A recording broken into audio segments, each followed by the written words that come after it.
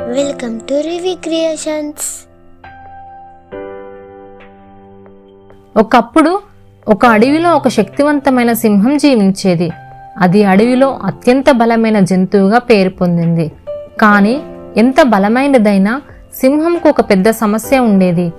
తెలియని పరిస్థితులను ఎదుర్కొనేందుకు అది ఎప్పుడూ సంకోచించేది. ఒకరోజు సింహం అడవిలో తిరుగుతూ ఉండగా ఒక చిన్న పిచ్చుకను చూసింది.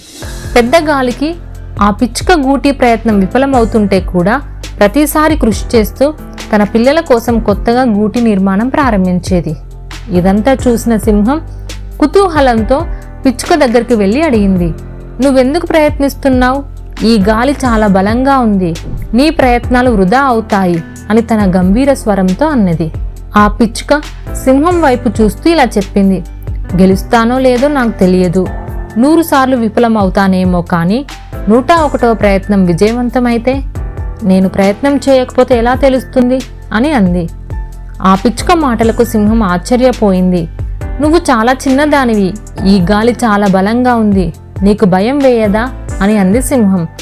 దానికి పిచ్చుక ధైర్యంగా స్పందించింది, "ధైర్యం అంటే భయం లేకపోవడం కాదు, భయానికి ఎదురు నిలిచి ముందుకు సాగడం. నేను చిన్నదాన్నే కావచ్చు, కానీ నా సంకల్పం ఈ గాలిలా బలంగా ఉంటుంది." సింహం ఆ పిచ్చుకను కొన్నాళ్ల పాటు పరిశీలించింది. ప్రతిరోజు పిచ్చుక తన ప్రయత్నాలను పునరావృతం చేస్తూ చేసిన తప్పులను సరిదిద్దుతూ మరింత బలమైన గూటిని నిర్మించింది. ఆ గూటి చివరకు ఎంత బలమైన గాలైనా కదిలించలేని విధంగా తయారైంది. ఆ చిన్ని పిచ్చుక నుంచి ప్రేరణ పొందిన సింహం తన జీవితం గురించి ఆలోచించింది. కొత్త విషయాలకు భయపడటం వల్ల తాను ఎన్నో అవకాశాలు కోల్పోయినట్లు అనిపించింది. ఆ చిన్న పిచ్చుక గాలిని ఎదుర్కొని గెలిచిందంటే తనలాంటి శక్తివంతమైన సింహం ఎందుకు వెనకడుగు వేయాలి? ఆ రోజుతో సింహం తన జీవితంలో మార్పు తీసుకువచ్చింది. అది అధికంగా ఎక్కలేని కొండలను ఎక్కింది, తెలుసుకోలేని ప్రాంతాల్లో వేటాడింది, ఇబ్బందుల్లో ఉన్న జంతువులకు కూడా సాయం చేసింది. ఒక్కొక్క విజయం చిన్నదైనా పెద్దదైనా తన ధైర్యాన్ని మరింత పెంచింది. ఈ కథలోని నీతి, మీరు ఎంత పెద్దవారు లేదా చిన్నవారు అనేది కాదు, మీ సంకల్పం ఎంత బలంగా ఉందో అదే ముఖ్యం. చిన్న చిన్న ప్రయత్నాలు కూడా పెద్ద విజయాలకు దారితీస్తాయి.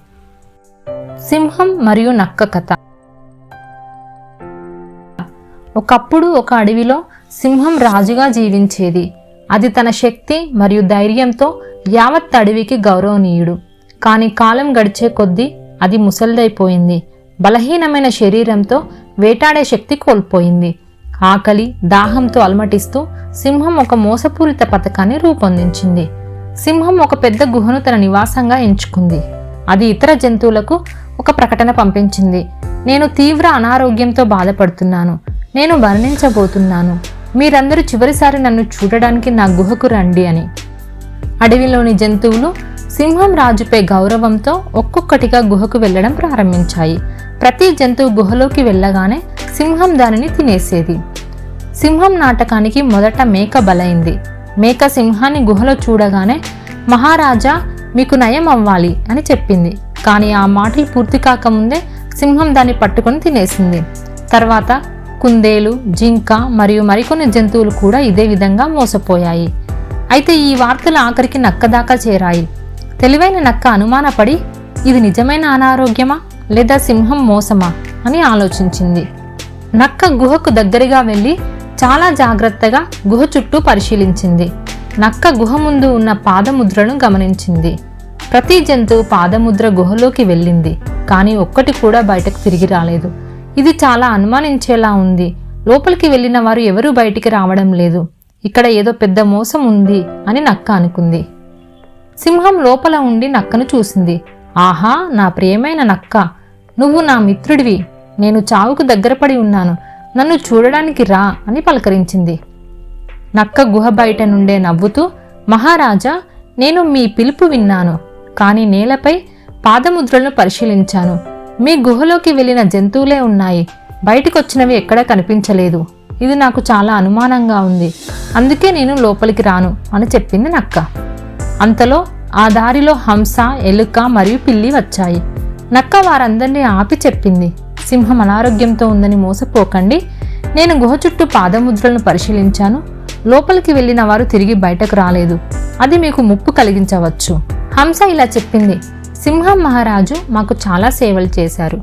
మరణం ముందు ఆయన్ను చూడటం మా బాధ్యత, కానీ నువ్వు చెప్పిన విషయం జాగ్రత్తగా ఆలోచించాలి.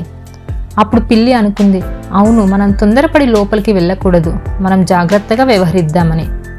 అందరూ కలిసి పెద్ద నిర్ణయం తీసుకున్నారు. సింహం గుహలోకి వెళ్లకుండా ఉండేందుకు ఒక ప్రణాళిక రూపొందించారు.